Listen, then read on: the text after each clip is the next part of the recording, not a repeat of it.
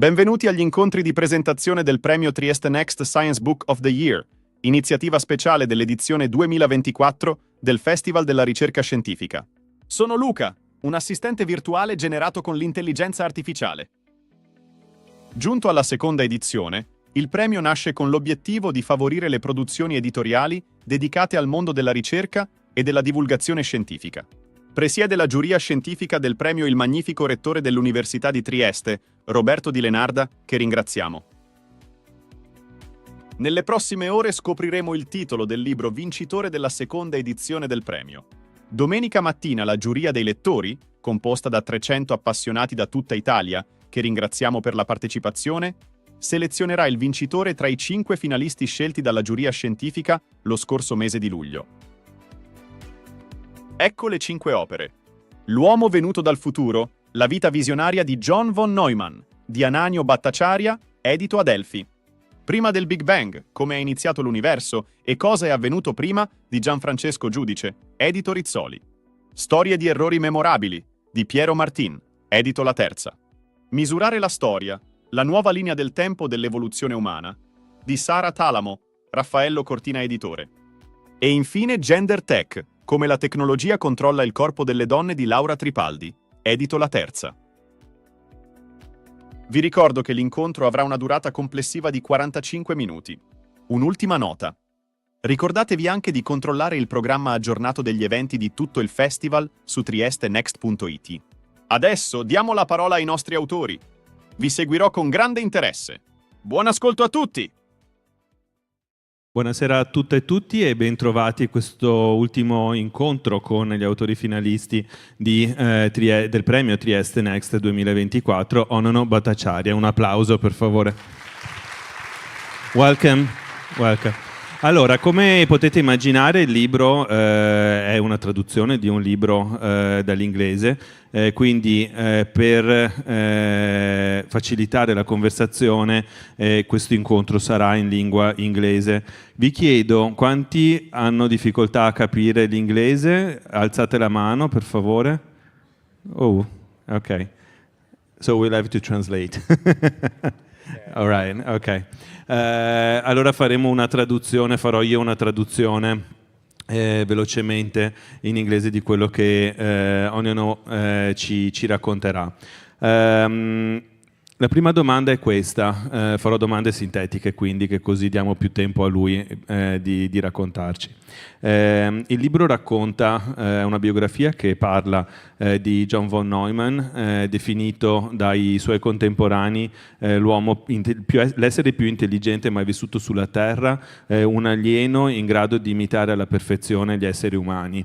La prima domanda è come si è avvicinato a questa figura, come l'ha scoperto e come ha iniziato a documentarsi. So the first question would be regarding the historical figure of John Von Neumann. He was described as the cleverest human being, an alien that was in disguise and very good at portraying being human, himself as being human. How did you bump into Von Neumann, and how did you start collecting materials? What were your sources and your method? First, I should say, mi dispiace. No worries. Io parlo solo un poco italiano. This is his è la sua seconda volta in Italia, settimana scorsa a Piacenza e questa settimana a Trieste, quindi it's better than my English already. That is hardly true. Duolingo, this is what it is. So yes, John Von Neumann is not at all widely known. I suppose there is kind of a cult surrounding him, particularly in the United States, where he spent most of his life. But I argue in the book that he is probably if we had to trace back our current century and find one person who had a catalytic role in almost every aspect of it now, from the way that we think about war and politics, the way that we think about economics, our computers, all of our computers, including the one in my pocket, which is safely switched off at the moment, that runs on the von Neumann architecture. So he's had this extraordinary sweeping role. So why haven't we heard of him?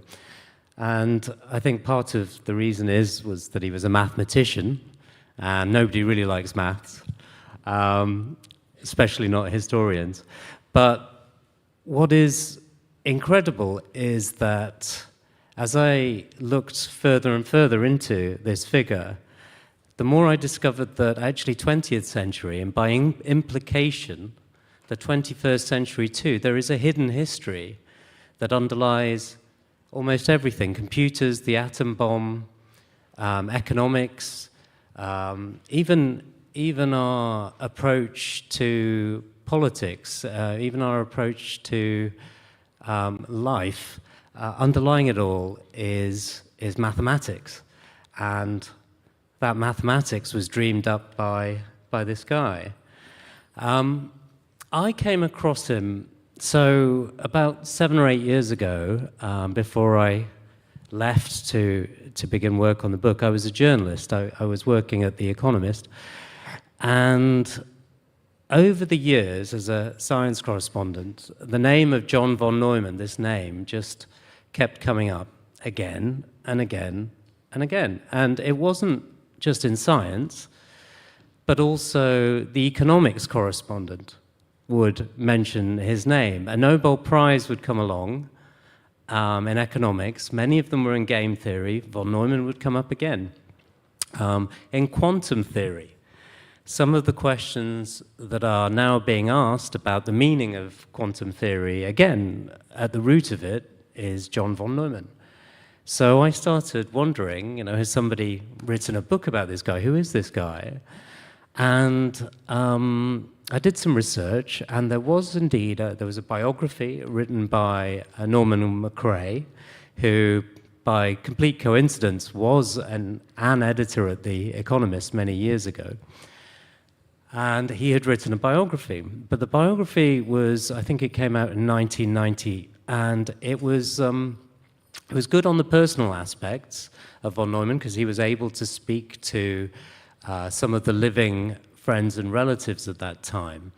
But what it completely missed and totally underestimated was von Neumann's tremendous contribution to the way that we live now.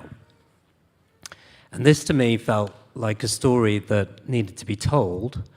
And so I went about writing this book. And strangely, the deeper that I got into it, the more I realized that actually von Neumann had at different points infiltrated my life. So I studied when I was 16. I did computer science at school. And of course, we did the von Neumann architecture, because this is what stored programs are. A stored program computer. This is the architecture of every stored program computer. There was, later, there was a friend of mine who was studying with me at university, one of my oldest friends, and he was studying PPE, philosophy, politics, and economics, and he was telling me about this miraculous game theory, and von Neumann came up again. And I remember going to my shelf one day, and I, at random, along a shelf of popular science books, I just took one, and then another one, and then another one, and I removed about a dozen of them, and I checked the index, and in the index of more than half of these books, which written from about 1950 all the way through to about 2015, von Neumann was in the index. So, I mean, I was taken aback by this completely, and they were in fields as different as neuroscience, as computing. They were mentioned in evolutionary, in books about human evolution. I mean, what was going on? So I had to find out. Very long answer, sorry. Allora, no worries. Allora, in sintesi, la figura di John von Neumann non è molto conosciuta, se non forse negli Stati Uniti, dove è quasi una figura di culto, però ha un ruolo centrale in tantissimi campi e ambiti diversi, dal campo della politica, della guerra, i computer, e allora si è chiesto: ma perché non lo conosciamo? Perché è una figura così poco conosciuta? Forse perché era un matematico, e con le sue ricerche si è reso conto appunto che molte degli elementi comuni tra le grandi scoperte del XX e del XXI secolo, del XX e del XXI secolo, nell'ambito dell'economia, della scienza, della politica, della matematica, avevano un minimo comune denominatore, ed era proprio lui. 7-8 anni fa lui lavorava come editorialista scientifico all'Economist, e il nome di John Von Neumann continuava a venire fuori. Ma la cosa strana, ancora una volta, non era che il suo nome venisse citato da colleghi che come lui si occupavano di scienza, ma anche da chi si occupava di economia, da chi si occupava di politica.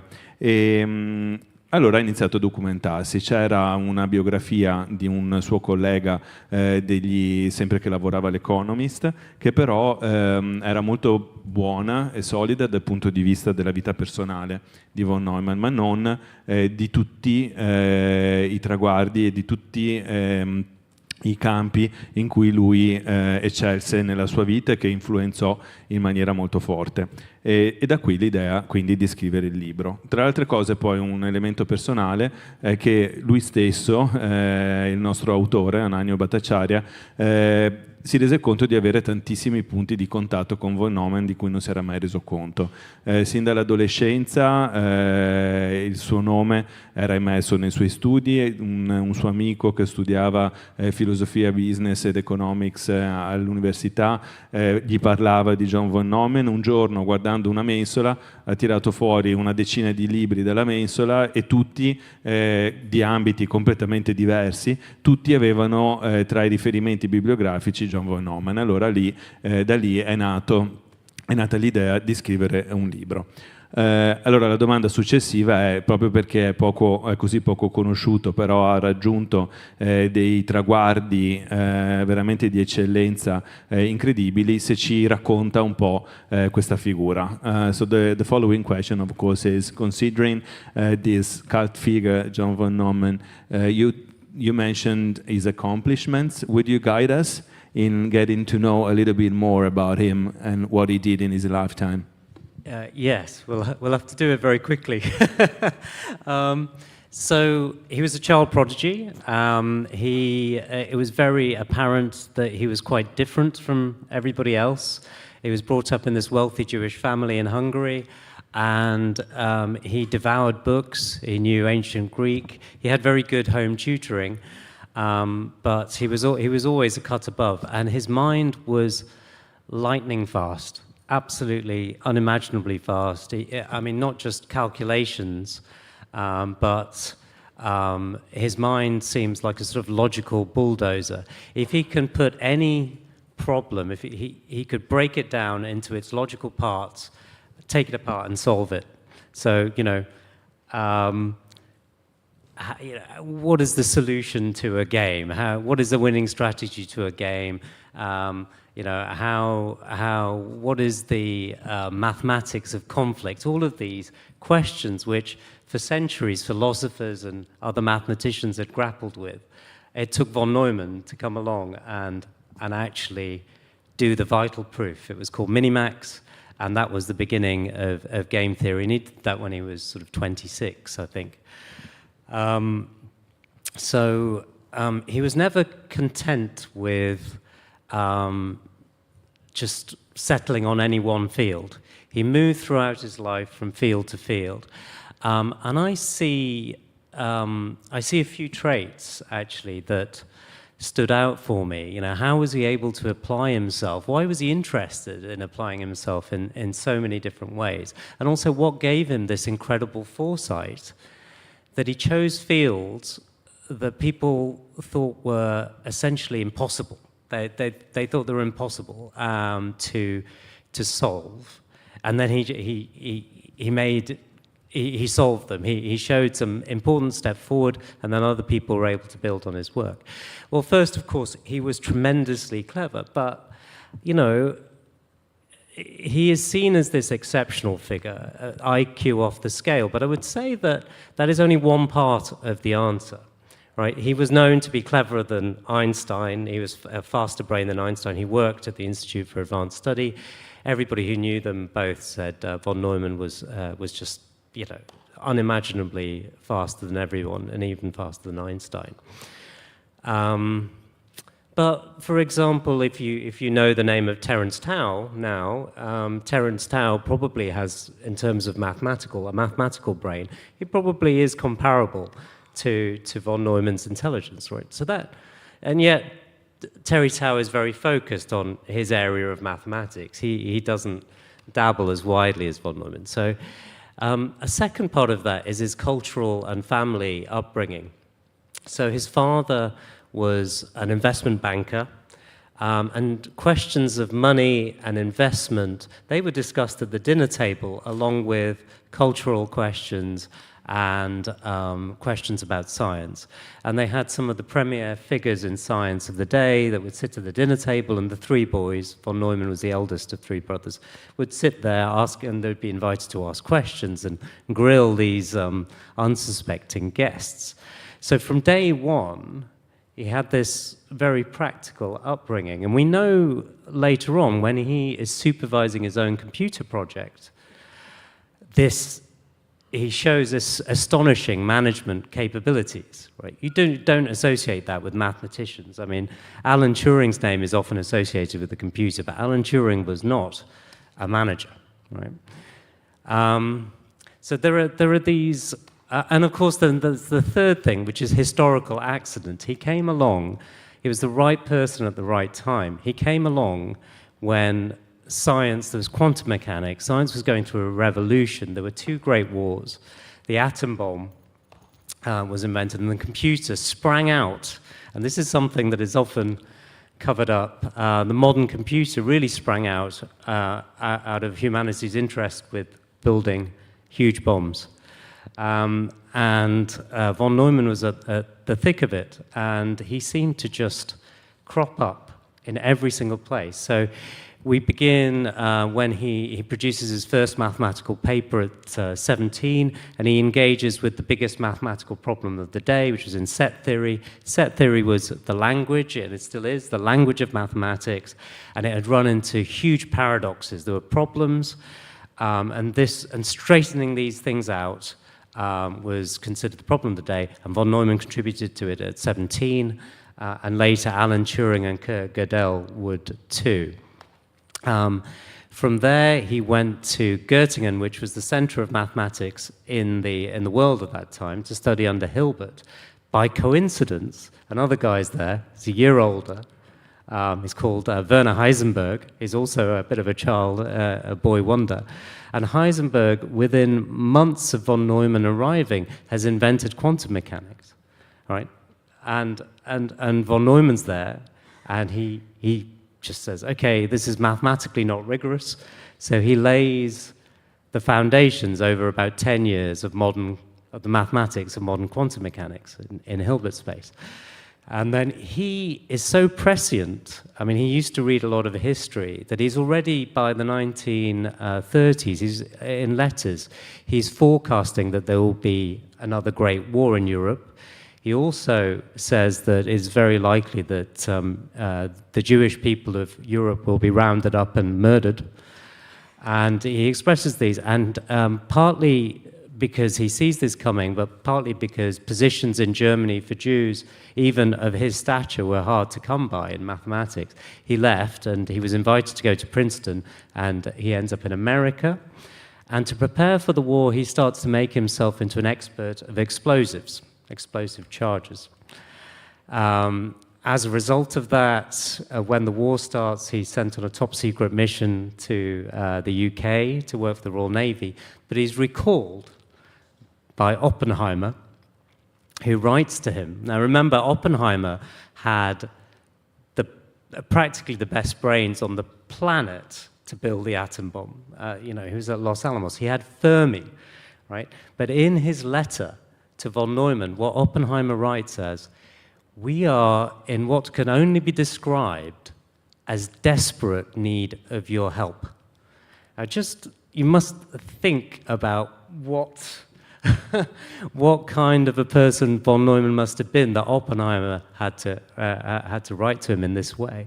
And he tells von Neumann to come back to work on a Buck Rogers type of project. And of course, he couldn't tell him that it was the atom bomb. And so von Neumann turns up. Immediately, he sees a problem with what they're doing, and he designs the implosion bomb, which is the one, if you've seen Oppenheimer, this is the Trinity device, and it was the one that was later dropped on Nagasaki, I believe. But he designed the exact shell, the pattern of explosives that were required to compress the plutonium evenly from all sides. And he solved that within 24 hours of arriving at Los Alamos. During his stay at Los Alamos, he was extremely interested in computing from a very young age, this idea of computing, and he was assigned to look for computing projects, and he became involved with the ENIAC, which was a digital computer, but the ENIAC was not programmable. And von Neumann quickly realized its limitations, and he produced this famous report called the EDVAC report, which was then sent out to the world without the permission of the inventors of the ENIAC. They were very angry about this.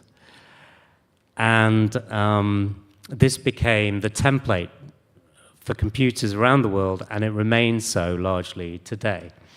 And then after this, he remained interested in computing and computing devices, but he wanted to understand how complexity, like, for example, our brains, how can something so complex grow with very simple rules, right? Because there is no template for the brain.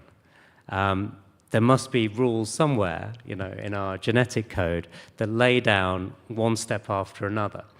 And so his first step was to prove that machines could reproduce. And he does this mathematically. He produces his theory of self-reproducing automata. And in this, he shows step by step how it is possible for machines to reproduce and evolve. And this was a problem that philosophers like Descartes had been wrestling with for centuries. But von Neumann was a mathematician, so he said, we don't need to debate this. Here's the proof. And of course, he dies extremely early. I think he's 53 when he's struck by cancer. And even on his deathbed, he is still writing. He's writing his theory of automata and comparing. There's a great essay that he writes, which is published after his death, called The Computer and the Brain. And in this, he compares the two. He said, the machines, even then, that they were building, the computers, were unimaginably faster than brains. The components were smaller. They'd reduced it, but compared to our brains, computers were nothing. They really were unable to achieve anything. And he asked why. And the comparisons that he made in that essay are still useful, and they're still held today. And what he did with that essay was build a bridge between the study of the brain, neuroscience, and computer science for the first time. And arguably, this you could argue was really the first steps towards artificial intelligence, so really thinking about computers and brains. Allora, von Neumann era un enfant prodige, come si direbbe. Veniva da una famiglia ungherese di cultura di origine ebraica. Il padre era un finanziere. La scienza era parte della sua famiglia, tutte le sere a cena avevano i più grandi scienziati seduti, lui e i suoi fratelli, aveva 2 fratelli, lui era il maggiore, passavano le serate appunto a dialogare con questi scienziati, a fare domande e a scoprire cose nuove. Leggeva il greco antico, aveva una grandissima passione per la storia, tanto che riuscì a predire con ampio anticipo appunto che ci sarebbe stata un'altra guerra mondiale, quella che poi sarebbe diventata la seconda guerra mondiale, e che soprattutto ci sarebbe stato l'Olocausto. Aveva una mente con una velocità fulminea incredibile. Prendeva un problema, lo divideva in parti e trovava subito la soluzione. Aveva interessi appunto in ambiti estremamente diversi e addirittura dicevano che ai suoi tempi che avesse un quoziente intellettivo addirittura più alto di quello di Einstein, che fosse più veloce di Einstein nel ragionare. La cosa più interessante della sua figura è che appunto raggiunse dei livelli di eccellenza in tanti ambiti diversi, lavorando con i grandi nomi della scienza. Abbiamo citato ad esempio Heisenberg, che aveva solo un anno più di lui, e che aveva appunto posto le basi della meccanica quantistica, a cui poi Von Neumann diede un assetto matematico. Poi arrivò appunto negli Stati Uniti, a Princeton, e qui iniziò fu chiamato da Oppenheimer, che assieme al suo team di scienziati gli scrisse dicendo letteralmente: siamo disperati, abbiamo bisogno del tuo aiuto. Già questo rende chiara appunto lo status, la grandezza scientifica di questa figura. Arrivò a Los Alamos, dove stavano sviluppando la bomba atomica, gli spiegarono cosa stavano facendo e nel giro di 24 ore sviluppò quella che poi diventò la bomba di implosione, quella che è stata utilizzata a Nagasaki. Poi, mentre era a Los Alamos, iniziò a elaborare quello che poi divenne l'ENIAC, il template che sta ancora alla base dei computer che utilizziamo oggi. E da lì iniziò appunto questo percorso di ricerca che lo portò avanti fino alla morte sul rapporto tra neuroscienze e scienze informatiche, computing science. Il suo obiettivo era di scoprire quali fossero le regole alla base del nostro cervello, di un organo così complesso. Ed è un approccio che lui, non solo lui, perché già dai tempi di Cartesio ci si domandava come potesse funzionare il cervello umano, ma lui appunto continuò per tutta la vita ad applicare il metodo matematico per farlo. Morì giovanissimo, a 53 anni, di cancro, proprio appunto sul letto di morte scrisse quello che divenne un po' il suo testamento intellettuale, che pone le basi, un dialogo tra un ponte tra neuroscienze e computer science, che pone un po' le basi di quella che è poi l'intelligenza artificiale. Ho 2 domande, quindi. Siamo all'interno di un festival che parla di intelligenza umana e del rapporto con l'intelligenza artificiale, quindi chiaramente vorrei approfondire questo argomento, ma soprattutto vorrei, la seconda domanda, anzi la prima che gli faccio, di fronte, è stato al centro della storia del XX secolo, di una storia che molto spesso è stata drammatica e in cui la scienza ha avuto un ruolo in appunto dei cambiamenti epocali che ci hanno coinvolto. Quindi chiaramente volevo una riflessione sulla consapevolezza e sull'aspetto etico del ruolo dello scienziato, se c'era questo tipo di dibattito all'epoca di Von Neumann, se c'è evidenza documentale di questo. So I have 2 questions for you. The first being Von Neumann and the group of people that you mentioned during your last answer was at the very center of the history of our like of the 20th century. You mentioned the bomb, the nuclear bomb.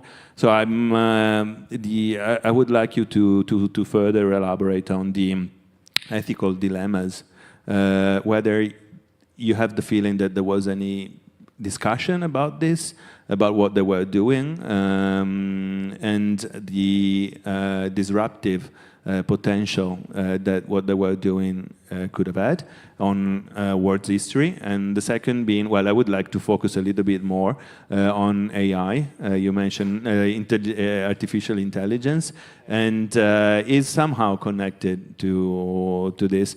You mentioned the second wife. That could be a kind of a connection to this. But first, let's go into the ethical dilemmas. Yes, so von Neumann was part of a group of Hungarian Jewish mathematicians, physicists, engineers who came together. Some of them were childhood friends. They came together to work again in the States and in Los Alamos eventually, in the 40s. They were known as the Martians because of their funny accents and because they were all quite super intelligent. But when Eugene Wigner, who was one of von Neumann's best friends, when he was asked back in Hungary and so on, can you explain the mystery of the Martians? Wigner said, there is no mystery. What mystery? Hang on, there is one mystery, and he is called John von Neumann.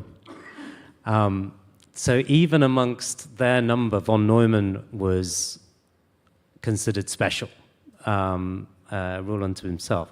Now, to answer the question about the ethical side of how they all felt, well, they all had different views. Some were left, and they believed even remember that the Soviet Union was was on the right side at that time, so communism was still okay. There were many on the left who were not worried about Stalin. But von Neumann came from a background. He had experienced a quite disastrous communist uprising in Hungary when he was younger, and then. Of course, he had seen Germany transformed from being an intellectual paradise to being a place where, his friends, relatives, colleagues were brutally murdered. And he got out in plenty of time. So going from a fairly happy-go-lucky childhood, he was brought up in fairly luxurious circumstances in wonderful Budapest at the turn of the century. There was always a side of him that became very cynical about human nature. Now, add that together with the fact that he had predicted the shape and timing and what would happen in the Second World War. Von Neumann was convinced very early on that there would be a Third World War quite quickly, before 1950. He predicted that, and he was correct, that the Soviet Union, as soon as they could, would pursue both the atom bomb and the hydrogen bomb. And so for him, his primary objective was always to put these weapons into the hands of the United States, because one thing that he wasn't was he didn't want power himself. He hated totalitarianism, he felt that America was kind of the best hope for a sort of democratic power. So he would do whatever he could to make sure that America thrived. He made America his home, and he would work for it. Now, the question of how other people felt, well, at the beginning of the war, many scientists thought that they were building the bombs before Hitler. Now, it became apparent towards the end of the war that, that obviously the bomb was never going to be used on Germany. And the military had known for a long time that the bomb was being built to be used on Japan.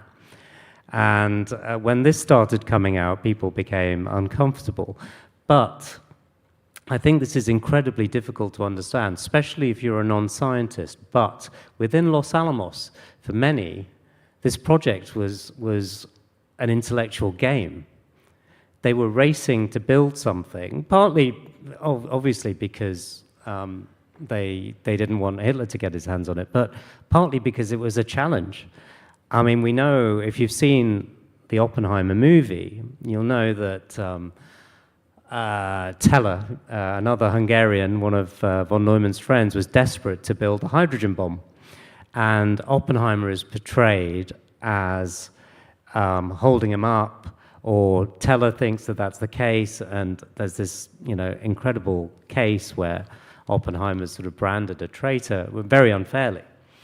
Now, what that film doesn't tell you is that as soon as Oppenheimer understood that the technical problems for the hydrogen bomb could be overcome, this weapon that was 10,000 times more destructive than the atom bomb, he called it was too technically sweet to not build it, right? Too technically sweet. So this idea that, Oppenheimer was, had moral objections about building it, I don't think that's true. Of course, nobody wanted to use it, right? But as to building it, I don't think, I don't think, some of them I don't think objected at all. And the argument was always, well, the Soviets are going to get it. But for von Neumann, the decisions were always going to be in the hands of the government. And if we know all of this, then we can perhaps understand why immediately after the Second World War, von Neumann pushed for, very famously, a preemptive strike on the Soviet Union. He didn't trust Stalin. He thought, that if the Soviet Union could not be made to give up its nuclear ambitions, then it might be better to drop bombs on Moscow and ensure that they couldn't build these bombs and develop them. Now,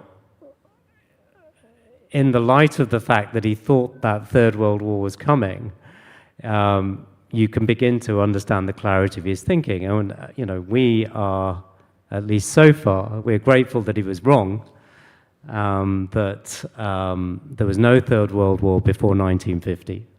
But of course, we have bombs thousands of times more powerful, and the shadow of that era still hangs over us today, every day in the Ukraine. And there's not a week goes by before there's some question raised about whether Putin will use tactical nukes, whether there will be an acceleration in that direction. So the questions that von Neumann and that generation were wrestling with have not gone away.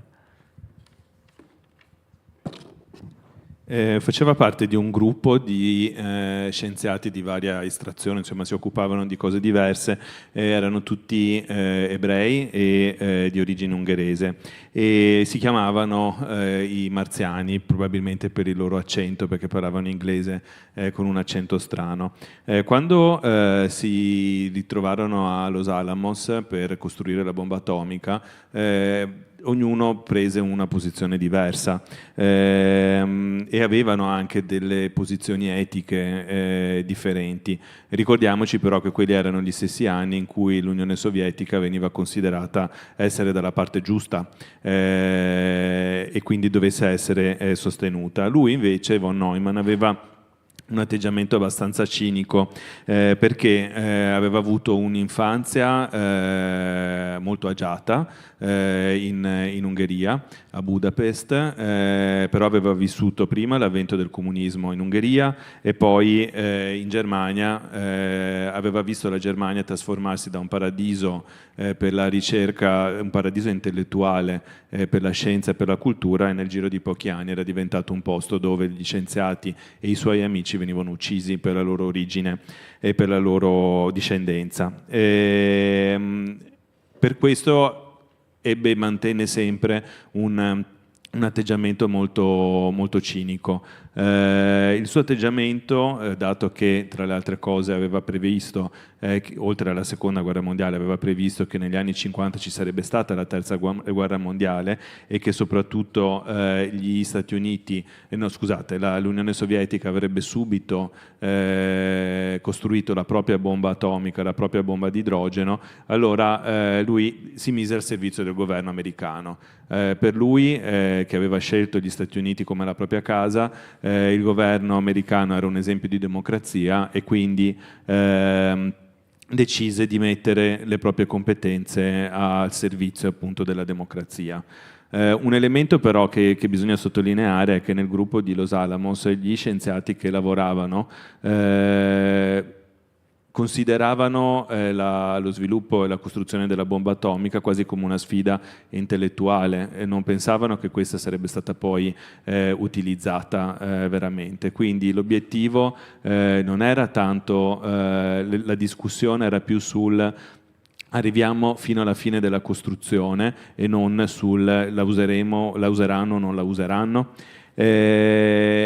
Questo la dice lunga, in sintesi, sull'attualità della figura di von Neumann, perché se ci pensate, ancora oggi, al di là appunto dei discorsi sulla guerra fredda e sulla terza guerra mondiale, che per fortuna poi non c'è stata negli anni 50, però se pensiamo ancora oggi la minaccia nucleare è all'ordine del giorno. Tutti i giorni sentiamo, quando leggiamo di Ucraina e dell'invasione russa in Ucraina, sentiamo della possibilità di utilizzare la bomba al plutonio, la bomba all'idrogeno e così via. Quindi argomenti che sono di assoluta centralità. The last few minutes on AI. Yes, well, it was really, I just wanted to say a word about von Neumann's second wife, which I will do very quickly. And it's connected really to computing, not so much to AI.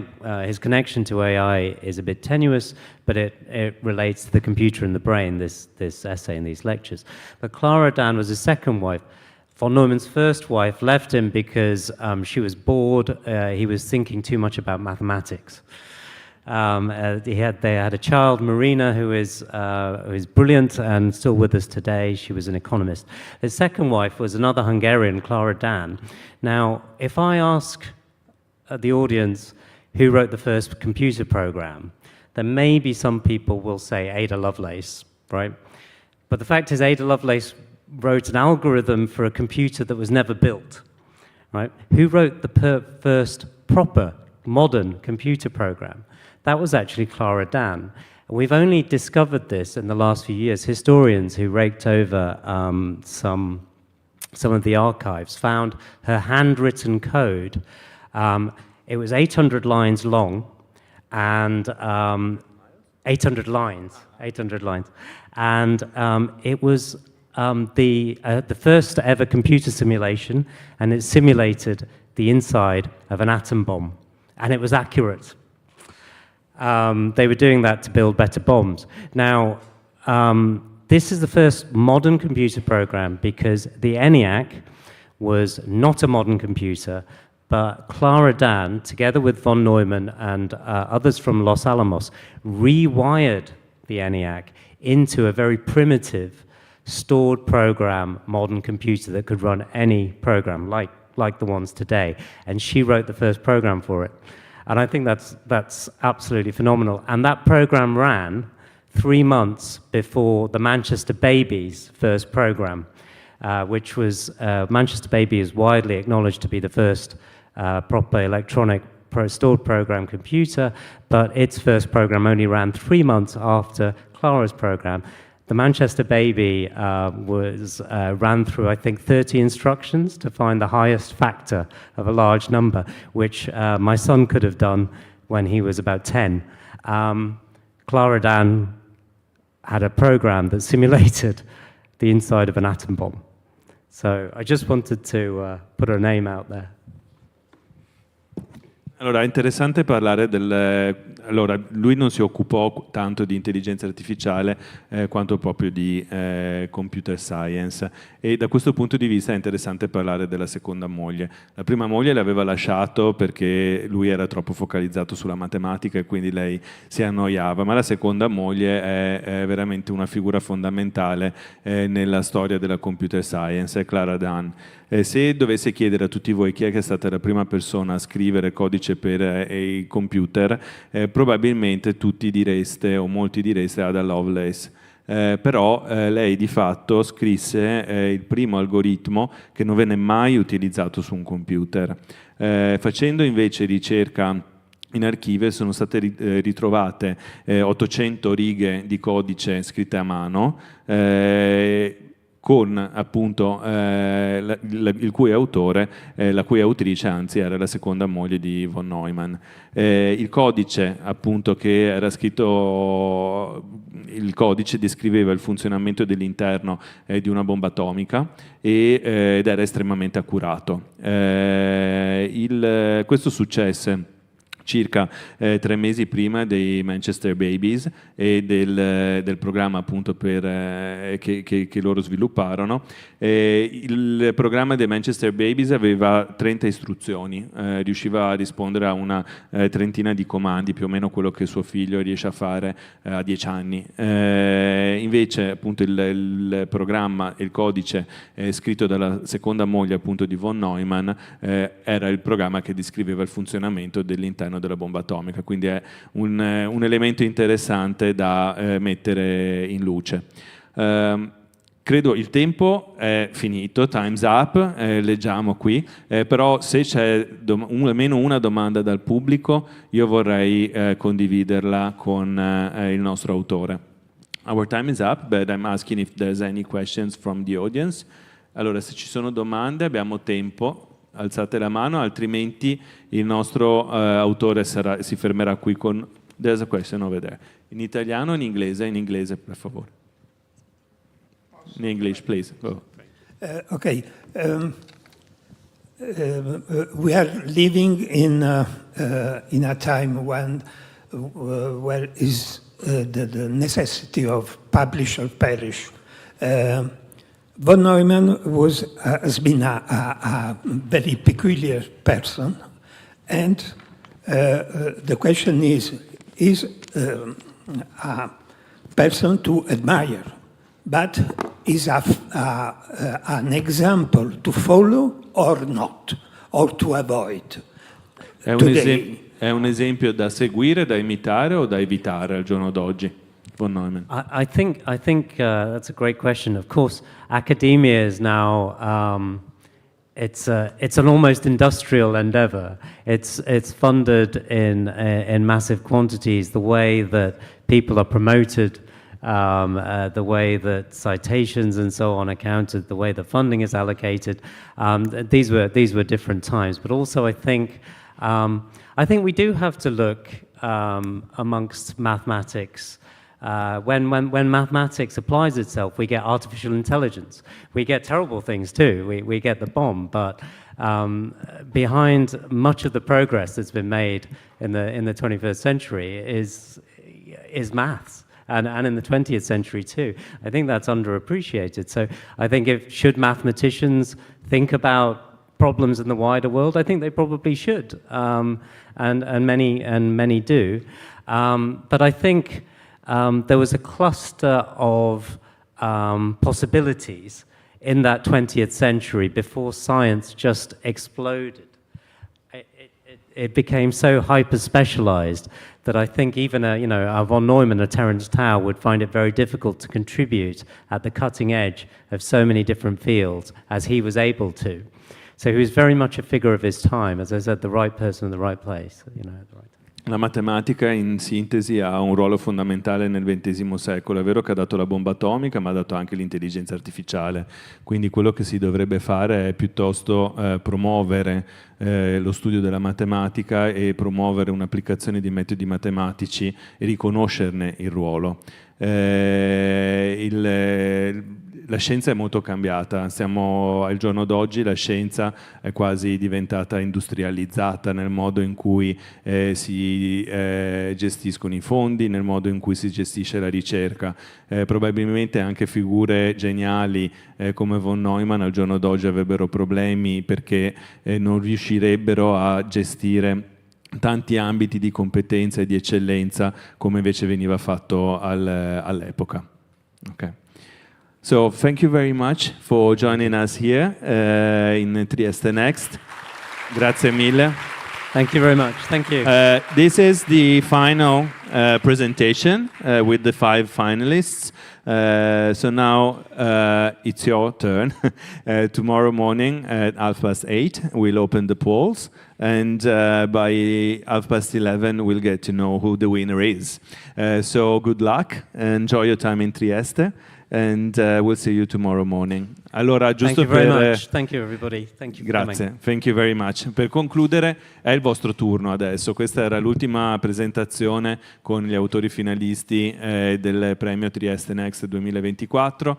Fra pochi minuti ci sarà un altro incontro del ciclo dei Q&A Incontra, però vi aspettiamo domani mattina dalle 8:30 fino alle 11, sempre qui al Teatro Miela per votare, e poi alle 11:30 scopriremo quali tra i 5 titoli che avete scoperto oggi sarà il vincitore del premio Trieste Next. Io vi ringrazio e spero che possiate continuare a partecipare a Trieste Next nelle prossime ore e a domani. Thanks again.